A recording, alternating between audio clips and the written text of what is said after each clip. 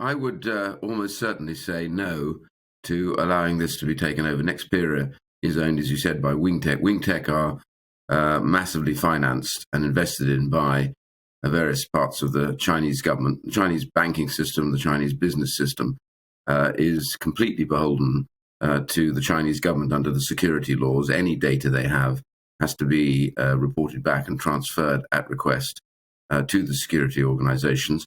And China itself has made a real effort to try and glean this technology. The one area that they have a problem with is in the microprocessor area, where the US still has a lead and the West generally has a lead over them. Of course, they've got their greedy eyes on Taiwan, and Taiwan is one of the biggest producers of microprocessors. The US has asked them to restrict any of their exports now to China. And in the US, such a takeover would now be blocked, absolutely certainly. The truth is that China poses a direct threat now to the West. It's the nature of its government and its egregious determination to dominate in these areas is all down to the fact that it knows full well that the West needs all of these technologies.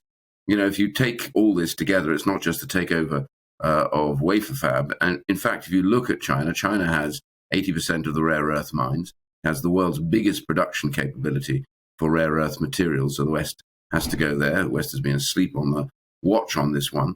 And it produces pretty much everything from plastic pots to the computer that I'm talking to you on at the moment. And all of these things pose a real problem for us as their economic dominance and power means that they're able, therefore, where they would wish to put real constraints on us. And we are not strategically sensible about this.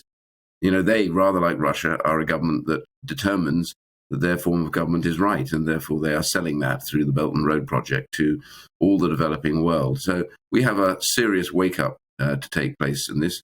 And the final point to make is it's not just here, of course. They are flooding our universities with money, huge amounts of money.